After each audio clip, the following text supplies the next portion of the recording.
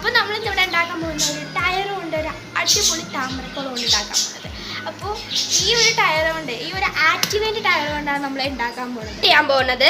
ഈ ടയറിൻ്റെ ഈ ഒരു സർക്കിൾ ഷേപ്പ് കട്ട് ചെയ്തെടുക്കാനാണ്. കട്ട് ചെയ്തെടുത്തിട്ടുണ്ട്.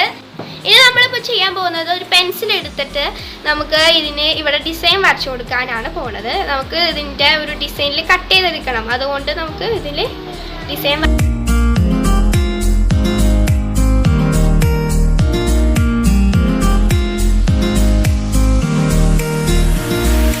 ഇവിടെ നല്ല ഡിസൈനിൽ നമ്മുടെ ഇത് വരച്ചെടുത്തിട്ടുണ്ട്.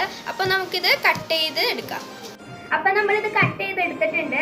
ആക്സോ ബ്ലേഡ് കൊണ്ടാണ് നമ്മൾ കട്ട് ചെയ്തത്. അപ്പോൾ നമ്മൾ കട്ട് ചെയ്തേക്കുന്നത് ഇതേപോലെ കുഞ്ഞു കുഞ്ഞു പീസായിട്ടാണ് നമുക്ക് ഇതിൻ്റെ ഇടയിൽ നമ്മൾ കട്ട് ചെയ്തെടുത്തത്. അപ്പോൾ നമുക്ക് ഇതിൻ്റെ പുറകിൽ നിന്ന് തള്ളി കൊടുത്താൽ നമുക്ക് താമരക്കുളത്തിൻ്റെ ഷേപ്പ് കിട്ടും. അപ്പോൾ നമ്മുടെ താമരക്കുളത്തിൻ്റെ ഷേപ്പ് ഇവിടെ റെഡി ആയിട്ടുണ്ട്.